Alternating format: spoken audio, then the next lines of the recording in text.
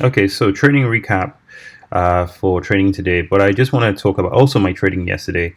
Just going to talk about some things that I have seen that have worked really well. Um, saw this. This is a 50% retracement from yesterday. Yesterday we took this long. I'll also go over why we did take it long.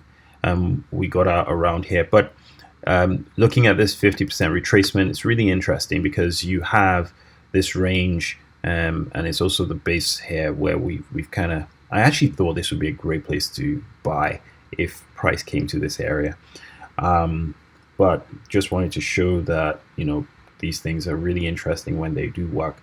But anyway, going over yesterday's price action, and what we saw and why we took the trade we took.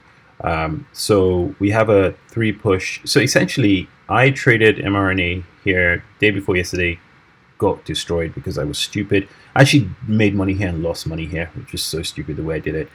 I like looking at the 15 and 30-minute time frame just to kind of get a sense of what's going on. When in the pre-market you see really clean trending channels, and you're also looking at the prevailing overall trend, spike and channel bear trend, you get a really good sense of what's going on. The fact that price, the bears could not test and break this level in this channel meant that we were going to break the channel, in my opinion, because the bulls would take over. So what happened was I was then now looking for a credible entry based around the channel of the bears in the pre-market. So you can see they push down 3 times, and usually when they do that, they attract profit taking. That now led me to looking for a demand area, which is where this green box is, and essentially it allows me place my stop, and also allows me where I'm set where I will buy my shares. I bought 100 shares here. First of all, bought 20, and then bought 10, and then bought 50, and I had 50, and then added the last 50 at the open, and took it off to 375, made about $1,400 or so, can't remember. I really should have held all the way up, at least to the test of this level or the test of this red line. I thought this was the high of the day, and I realized actually no, the high of the day was here, and this is really where I should have held, but did not do that. It's all good. These things happen, and I could have traded this all the way to the top because the range was really high. So very, very liquid stock, really beautiful prices, and it moves quite a bit. So you really need to get your risk management in place. So I mean, taking it over here, risking this much, and look at how much we made. This was a really, really good long. Wasn't sure I could trade it today because when I looked at the price action, we had a spike, pullback, and then channel. I could not figure out what will happen next. So 1, 2, and then 3. So this would have been a good short here, open and then taking it short. But again, I don't have a level to work from. I don't have a supply area. Or did I have a supply area? Okay, we have a double top, so this is going down. Did I have a supply area? Maybe. I don't know. I don't know. I didn't want to. I just did not have any conviction on what I would do with that. All right, so that was MRNA. MARA. Okay, so we broke. We finally broke.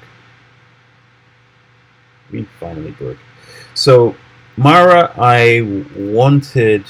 I mean, I could have, but yeah, it's just patience, really, patience. Yeah, we finally broke. It's all good. So MARA was only scalping because we're the major support. Where are we now? On the daily, here, pullback, rise, and then we have this 3 push exhaustion here. Should be a nice reversal. I really wanted to take this long, but again, I'm only taking 1 trade a day, and I'm walking away after that because I have a bad propensity to overtrade.